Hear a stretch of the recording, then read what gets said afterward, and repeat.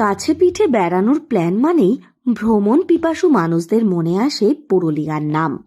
রাঢ়বঙ্গের এই জেলায় এলেই এক জায়গাতে মেলে পাহাড়, ঝর্ণা ও প্রাকৃতিক সৌন্দর্যের দেখা।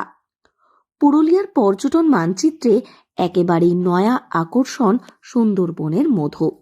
এবার সুন্দরবনের খাঁটি মধুর স্বাদ উপভোগ করতে পারবেন পুরুলিয়ায় বেড়াতে আসা পর্যটকেরা। পুরুলিয়া বন বিভাগের উদ্যোগে অযোধ্যা পাহাড় রেঞ্জেই মিলছে এই মধু। মধুর স্বাদও অতুলনীয়। অনেকেই সুন্দরবন গিয়ে মধু কিনতে যান। এবার সেই বিখ্যাত মধু পাওয়া যাচ্ছে পুরুলিয়াতে বসেই।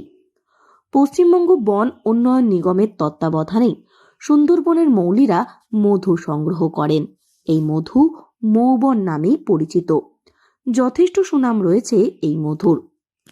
ইতিপূর্বে এই মধু জিআই ট্যাগ পেয়েছে। এর ফলে পুরুলিয়া বেড়াতে আসা পর্যটকদের কাছে বাড়তি আকর্ষণ হয়ে উঠছে সুন্দরবনের এই মধু। এ বিষয়ে পুরুলিয়া বন বিভাগের ডিএফও অঞ্জন গুহ বলেন, পুরুলিয়ায় বহু পর্যটক আসেন, তাদের জন্য বাড়তি আকর্ষণ হয়ে উঠতে চলেছে সুন্দরবনের মধু।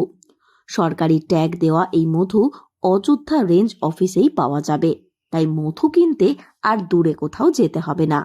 পুরুলিয়ার অযোধ্যা পাহাড়ে বেড়াতে এলেই সুন্দরবনের খাঁটি মধু তারা পেয়ে যাবেন।